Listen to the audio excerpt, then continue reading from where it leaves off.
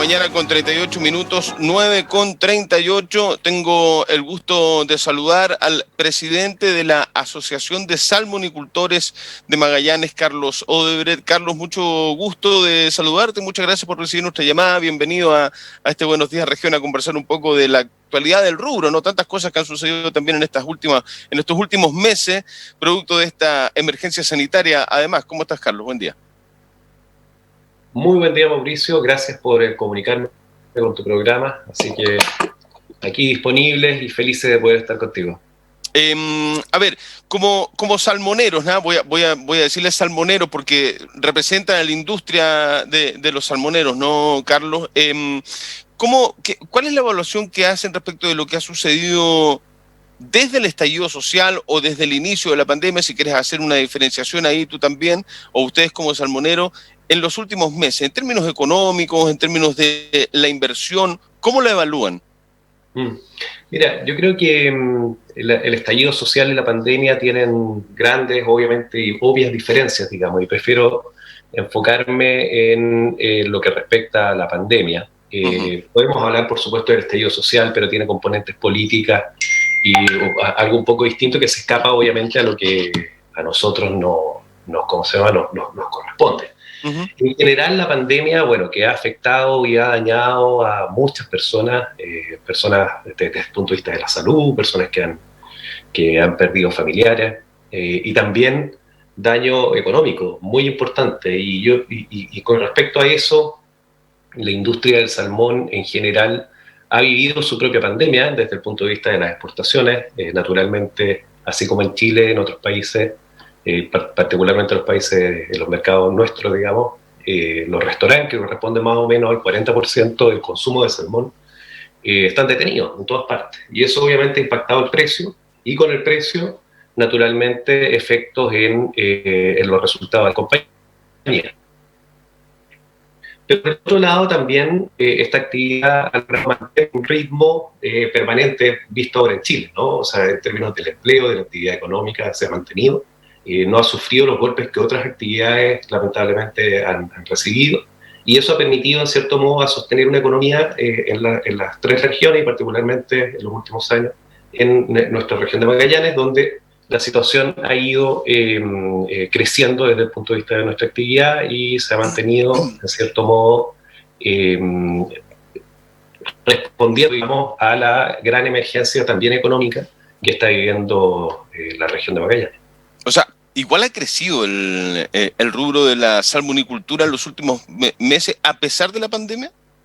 Sí, o sea, la actividad se ha mantenido. Los peces que se sembraron hace 18 meses atrás, es decir, antes de toda la pandemia, sí, claro, esos peces se mantienen ahí, están creciendo y están prontos a cosechar. Por lo tanto, la actividad que tenemos hoy día responde más bien a una inercia que nuestro sector ha establecido. Y por supuesto, pese a eso, las siembras se mantienen, la actividad económica se mantiene, y eso significa que esta es una industria que está mirando de nuevo en los próximos 50 años, y nos estamos imaginando una actividad que va a ser permanente en la región de Magallanes.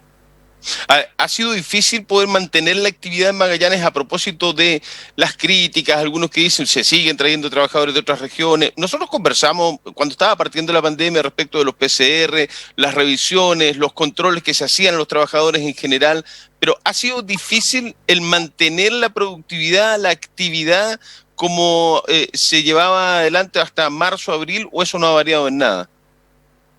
Yo creo que vale la pena colocar un número sobre la mesa, digamos. La industria de manera directa emplea a 3.500 personas en la región.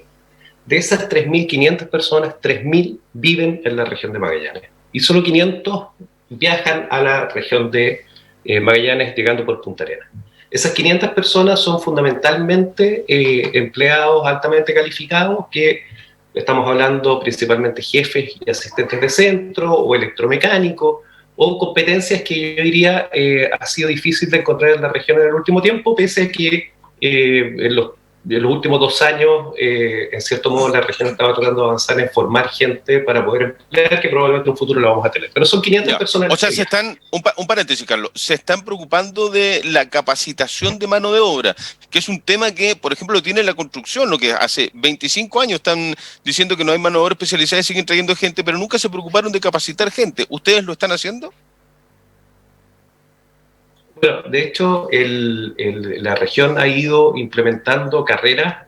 Recientemente el Centro de Formación Técnica de Magallanes, el CEFET estatal, el próximo año lanza la carrera técnico en agricultura, perdón, técnico en veterinaria. La Universidad de Magallanes tiene cultura y INACAP está formando también gente. Por lo tanto, yo veo que en un periodo relativamente cercano vamos a poder tener capacidad local. Pero vuelvo al punto, tenemos 3.500 personas, 3.000 de la región, 500 que viajan. Cuando iniciamos la pandemia, o cuando se inició la pandemia, las compañías decidieron implementar medidas rápidas y urgentes para poder, con dos objetivos bien sencillos. El primero tiene que ver con evitar que los trabajadores que viajan de otras regiones a Magallanes puedan ser portadores del virus. Ese era el primer gran objetivo. Y el segundo objetivo es que las personas que están allá y que viven en la región no se contagien con ocasión de su trabajo, ¿no? Con ocasión de su trabajo. Y eso es bien importante porque la capacidad de control que puede tener una empresa está dentro de las horas de trabajo que tienen las personas, naturalmente, ¿no? Sí. Entonces, para evitar que las personas se contagien, que viajan desde otras regiones, lo primero que se hizo fue implementar ¿cómo se llama? Un plan donde primero los vuelos eran 100% charteados, es decir, todos los trabajadores que llegaban a la región iban en vuelos o van en vuelos contratados directos por las compañías. Todos los trabajadores se les realiza previamente el test PCR, esto es antes de que la autoridad lo estableciera, desde marzo, y así se han ido implementando una serie de medidas como distanciamiento social. Las personas que llegan a la región llegan al avión, del avión suben a un bus, del bus directo al puerto, si es posible, y si no es posible, a una hostal definida para eso. Lo que quiero decir con esto es que la industria tiene yo diría, un conocimiento, una experiencia bastante desarrollada en el transporte de las personas que trabajan, por lo tanto no fue nada difícil implementar estas medidas. Y en paralelo, dado de que esta industria es una actividad que obviamente no puede detenerse, o sea, estamos hablando de peces que están siendo cultivados, que tienen que ser alimentados, que tienen que ser cosechados, porque si llegan a un tamaño excesivo, naturalmente no son, se transforman en un problema, digamos, para el centro, y no son comercializables, y por lo tanto se transformó en una actividad, llamémosla, indispensable por parte del Ministerio de Economía, y por lo tanto la actividad pudo mantenerse. Entonces, a su pregunta, la actividad ha mantenido un ritmo, por supuesto, más lento que de costumbre, con medidas sanitarias y medidas de control altas para poder minimizar el riesgo de contagio desde otras regiones de la región o dentro de la propia región. Al mismo tiempo, eso ha permitido, de nuevo, dar continuidad operativa y laboral a la gente que está con nosotros. A ver, te quiero llevar, Carlos, al tema Natales, porque era muy bueno conversar respecto de contextualizar cómo han sido estos meses, cómo lo han afrontado ustedes, cuál es la sensación que tienen, explicar algunas cosas a la gente. La gente cree que la gran mayoría, está buena la aclaración que acabas de hacer, porque la gente cree que la gran mayoría de los trabajadores vinculados con las empresas salmoneras no son de Magallanes, y tú me estás hablando que casi el 80% es de Magallanes y solamente 500 personas vienen desde otros lugares. Entiendo que específicamente desde la 10ª región la gran mayoría, tú me puedes mentir, pero si no, de otras partes que no son de Magallanes y que llegan a través de aviones, ¿no? La gran mayoría de los aviones llegan a Punta Arenas, ¿no? O sea, vienen y se van en aviones. Ya. Sí, claro, pero son contratados directos por las empresas, sí. Ya, perfecto. Tema de Natales, mega planta salmonera, ese nombre es rimbombante, ¿no? Mega planta salmonera. En realidad yo estuve estudiando, y es una mega planta, pero sí, en realidad es una tremenda infraestructura a menos de 2 kilómetros de la zona urbana de Puerto Natales, y donde hasta hace algunas semanas la idea era hacer una población con viviendas sociales, 308, ahí al lado de la mega planta. Uno dice, ¿cómo van a hacer o la mega planta o la población social? Tendrán que elegir, no sé. Bueno, la mega planta ya se empezó a construir. ¿No había otro mejor lugar, Carlos? ¿Han escuchado las críticas ustedes como salmoneros, tú como representante de la Asociación de Salmonicultores de Magallanes? ¿Qué te parecen las críticas de partida que han salido desde la propia comunidad natalina? Y algunos grupos medioambientales, por cierto. Yo creo que es bueno hacer la distinción y entender el contexto en el que esto se da, digamos. Primero, estamos hablando de una planta de proceso, de una empresa internacional que tiene cerca del 60% de su producción en la región de Magallanes.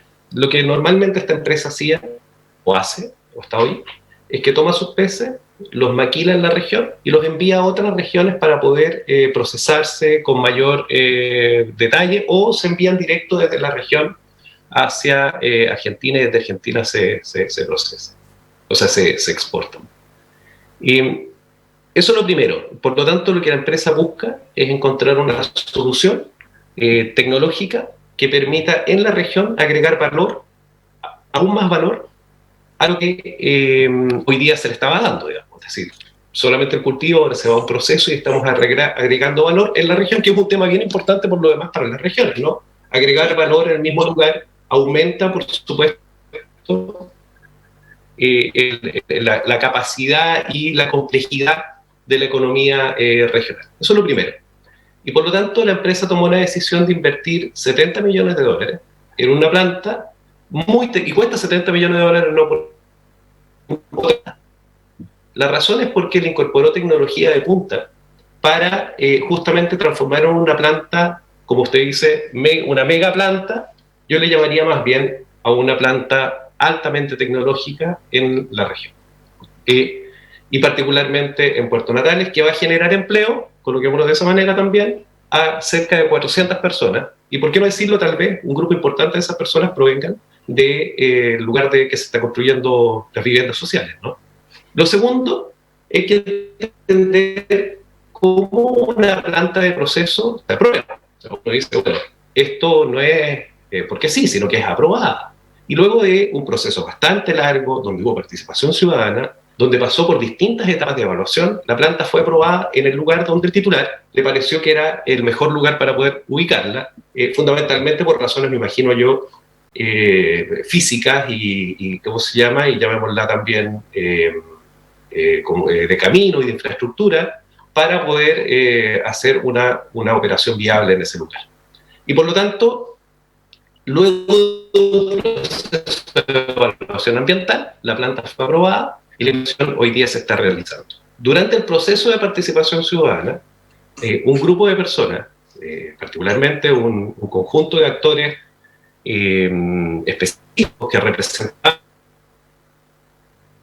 que la planta afectaba sus intereses y por lo tanto su posición fue negativa contra eso. Sin embargo, todos los actores, aún con su posición negativa, la planta continuó su proceso y fue finalmente aprobada. Entonces, esto parte de todo un proceso que no es simplemente un interés, así como que la voy a instalar, sino que requiere de todos los filtros y la evaluación ambiental que se necesita. Ya, pero no hay evaluación, hay una declaración ambiental, no se exige un estudio. Y yo entiendo que además esa diferenciación se hace respecto de la inversión, el tipo de inversión, la cantidad del valor de inversión, pero no hay un estudio ambiental, digamos las cosas como son, solamente la empresa tiene que hacer una declaración ambiental para construir una planta de estas características. Sí, o sea, por supuesto que es una declaración de impacto ambiental y así lo señala la regulación, digamos. Sí, o sea, sí. No es Sí, pero no digamos que se hizo un estudio ambiental porque es solamente una declaración, no hay un estudio de impacto ambiental. No, está bien, se hizo una evaluación, no dije estudio, no sé si dije estudio, pero lo que quería decir es que se hizo una evaluación ambiental y la evaluación ambiental la hacen las instituciones públicas que corresponden, digamos. Entonces, como sea, la planta no es como construirse una casa, ni tampoco es como construir un paradero. Estamos hablando de la construcción de una planta que se entrega una declaración de impacto ambiental, se hacen los estudios necesarios para poder validar lo que se está diciendo en esa declaración, y luego esta planta es evaluada ambientalmente por distintos actores. Ahora, evidentemente siempre va a haber gente y siempre van a haber personas que se van a oponer y están totalmente en su derecho de oponerse, ¿no?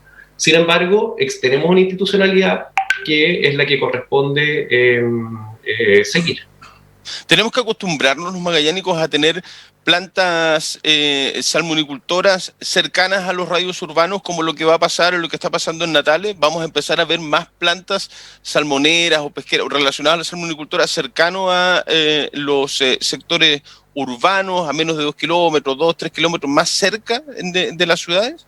No lo sé, lo que pasa es que existen cuando se diseña el plan regulador de una comuna, se establecen sitios, que hay sitios que son industriales, sitios que son domiciliarios, sitios que están definidos para distintos tipos de actividades, y así está diseñado el mapa urbano, digamos. Entonces, cuando se toma la decisión de invertir en una planta de proceso, o cuando se toma la decisión de invertir en vivienda, se hace en función de un diseño urbano que la propia alcaldía o el propio municipio ha definido y poder que se le ha otorgado, digamos, a través de los votos, ¿no? Y por lo tanto, esas personas, las empresas, definen dónde van a producir en función de las áreas que están definidas en el plano regulador. En la región tenemos un plan regulador, tenemos áreas industriales en Punta Arenas, tenemos áreas industriales también en Puerto Natales, y por lo tanto, en la medida de que esas áreas industriales existan, y por supuesto, exista el volumen de producción para poder procesar en la región, es probable que existan nuevas inversiones. Ya, ok. Entonces, voy a cambiar la pregunta, porque además no lo sé, quizás tú lo sabes, Carlos. ¿Es común en otros países, en otras partes, que al lado de una planta salmonera haya una población? En otros países, pues, en la medida de que exista un plan regulador, al igual que en Chile, y eso se permita, por supuesto que sí. O sea, en la medida de que el plan regulador... ¿Sabes si hay? No lo sé. Ya. Lo que he visto, por ejemplo, en Noruega, como plantas de proceso de salmones, no están muy lejanos tampoco a los lugares poblados. O sea, no es extraño. Por ejemplo, no sé, en nuestra región, y particularmente en Punta Arenas, hemos tenido plantas de erizos, por ejemplo, que fueron unos casos muy complejos hace algún tiempo atrás dentro de una población. Uh-huh. Entonces, es también común, y dentro de una población, como una suerte de casa dentro del barrio, ¿no? Entonces, hay de todo. Y lo que quiero decir con esto es que lo que se necesita avanzar y lo que define el dónde se produce es el plan regulador de cada una de las comunas. Y eso entiendo yo que está definido tanto en Punta Arenas, donde hay áreas industriales, como en Puerto Natales. Y también en Porvenir. Carlos, hablabas en algún medio durante el fin de semana de que los maximalismos destruyen las instituciones. ¿Crees que han habido grupos o sectores acá en Magallanes maximalistas respecto del desarrollo de la salmonicultura? Yo creo que sí. Lo que hemos visto cuando se dice no más salmonicultura, no más minería, no más, ni siquiera no más, fuera. Hemos escuchado frases también como fuera minería, fuera salmonicultura, creo que es una actitud maximalista. Es decir, solamente mi interés, el que yo quiero y para mí. Y por lo tanto, ¿es mi visión de desarrollo la única válida? Yo creo que no. Mi impresión es que se requiere una apertura y una complejidad económica que permita dar sostenibilidad en el tiempo. Uno no puede quedarse con solamente una idea de desarrollo o no desarrollo. No es solo la salmonicultura ni es solo la conservación. Creo que perfectamente se pueden diseñar modelos que permitan a todas las actividades poder permitir su espacio de desarrollo. Entiendo que hay poco más de 50 centros de cultivo en la región de Magallanes. ¿Hacia dónde apuntan? ¿Vamos a tener muchos más centros de cultivo? ¿Hay un momento en que ustedes como empresa, como rubro salmonero dicen, no, está bien, con esto estamos, o siguen avanzando? No, mira, yo creo que es muy buena. La acuicultura se desarrolla en concesiones, en zonas que están entregadas por parte del Estado a partir de una solicitud y una evaluación ambiental del lugar. ¿Se me escucha? Sí, perfecto. Te escuchamos, Carlos. ¿Tú me escuchas? Se cortó, parece. Qué lástima. ¿Me escuchas, Carlos, no? Estamos conversando con Carlos Odebrecht, presidente de la Asociación de Salmonicultores de Magallanes. Lamentablemente me quedan 2 minutos. No sé si va a alcanzar a volver a conectarse, Carlos, pero estábamos hablando recién con él. Carlos, ¿me escuchas? Ahí está volviéndose a conectar. Carlos, ¿me escuchas ahora? Ahí sí, qué bueno. Yo decía, me quedan 2 minutos, se nos va a ir Carlos. Por favor, sigue adelante con lo que estaba contando. muy buena. Básicamente en la región se han otorgado hasta hoy día 130 concesiones de agricultura. 130 concesiones. ¿Ya? Sobre esas 130 concesiones, hoy día operan 50 centros de cultivo aproximadamente. Generalmente se opera un tercio de lo otorgado, porque básicamente las concesiones van, los centros de cultivo van rotando de acuerdo a las concesiones que tienen, ¿no? De esas, en total son, por lo tanto, 130 concesiones. En camino, o sea, solicitudes, existen 120 adicionales que compiten por 30 puntos. Es decir, como máximo, en términos de nuevas concesiones, vamos a tener del orden de 30 más, ¿eh? Porque el otorgamiento la oportunidad para acceder a nuevas solicitudes se cerró el año 2016 en la región de Magallanes. Por lo tanto, todas las solicitudes que hoy día están en trámite, estas 120 que compiten por los 30 puntos, son las que ingresaron antes del año 2016, antes de la creación del parque, antes de la creación de la reserva, antes de todas esas situaciones, ¿no? Y por lo tanto son solicitudes que están en trámite. Entonces, uno se quiere mirar esto hacia adelante, lo que vamos a tener para hacer 120 concesiones otorgadas, más 30 si pasan todas las etapas de evaluación ambiental que deberían venir en camino. ¿Esperamos que ocurran más? Bueno, hoy día la legislación lo prohíbe. ¿Quién sabe más adelante? La tecnología, el desarrollo lo permite. Vamos a ver cómo eso va ocurriendo, pero hoy día lo que quiero decir con esto es que no hay más de 30 concesiones nuevas que van a venir en el camino y por lo tanto va a ser una región que no debería crecer significativamente en términos de producción mucho más de lo que hoy día ya tenemos y todo su crecimiento va a ser en función de la productividad que se le dé a esos centros de cultivo y los resultados sanitarios que hasta hoy son muy óptimos en la región. Carlos, lo último, ¿cómo asumen las críticas que se ha hecho al sector de las salmoneros respecto de productos de estos 500, me dices tú, que van y vienen trabajadores de 3.500, es un porcentaje menor, pero que van y vienen también, que entran por el aeropuerto, que vienen con otros magallánicos en el avión? Entiendo que ustedes también han asumido responsabilidad de los controles, pero me imagino que también has escuchado las críticas y que hay mucha gente que dice hay que paralizar, hay que parar, si cerráramos 15 días. Yo sé que en el sector salmonero eso no se puede hacer, ¿no? Porque podría provocar también un daño medioambiental, pero ¿cómo asumen esas críticas? Porque han sido puestos en el ojo del huracán ustedes y el sector de la construcción respecto de el aumento o no de contagios. Sí, qué buena, mira, creo que insisto en aclarar el punto. Ninguno de nuestros trabajadores directos hoy día, empleados directos de las empresas, vienen en vuelos comerciales. Todos viajan en vuelos charteados, directos, que son arrendados por la empresa, para llegar a Punta Arenas. O sea, no van en el vuelo comercial las personas que hoy día están contratadas. Eso es bien importante. ¿Ningún trabajador de salmonera viene en un vuelo comercial con otros magallánicos? Ningún trabajador de salmonera, empleado directo de las 6 empresas salmoneras socias, o sea, de las 6 empresas que están en la región, ningún trabajador directo va en un vuelo comercial. Puede ser pero que directo, ese directo entre paréntesis, o sea, puede haber un grupo subcontratado que sí viene en un LAN.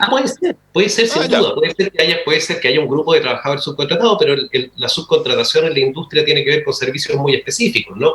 Pero yo quiero insistir. O sea, pero más allá de los servicios, vienen igual a trabajar en las salmoneras desde otras regiones. Eso hay que dejarlo claro. Exacto. Lo segundo que quiero decir también es que ningún trabajador que llega a la región, ahora es directo o indirecto, llega con sin PCR negativo. Es decir, todos los trabajadores que llegan a la región por parte del sector salmonero llegan con PCR negativo. Por lo tanto, creo que no sé si hay otra actividad que esté realizando esos niveles de control hoy día, digamos. De hecho, uno ve que los viajes de todas las personas, autoridades, etcétera, de todo, ninguno va con PCR, o sé que hay gente que va con PCR, no lo sé, por lo menos no conozco los procedimientos, pero en nuestro sector yo puedo dar garantía de que el 100% de los trabajadores que llegan a la región van con PCR negativo y todos los trabajadores directos que llegan a la región van en vuelos contratados específicamente para eso. Entonces, desde ese punto de vista, desde el punto de vista de lo que nosotros podemos controlar, hemos colocado el máximo resguardo. ¿Dónde está el problema, creo yo? Yo creo que el problema está en las 8 horas después del trabajo. Es decir, una vez que uno deja de trabajar y deja de tener las medidas como nosotros mismos, como personas naturales, nos concientizamos en minimizar el riesgo. ¿Cuántas personas estuvieron el fin de semana recién pasado con otros familiares? ¿Cuánta gente? ¿Cuántos estuvieron usando conversaciones, abrazos, un brindis durante esta fiesta? Yo creo que tenemos una tarea importante desde el punto de vista de la conciencia como ciudadanos de cuidarnos más. Yo creo que ahí está el gran desafío. Que ahí está el punto.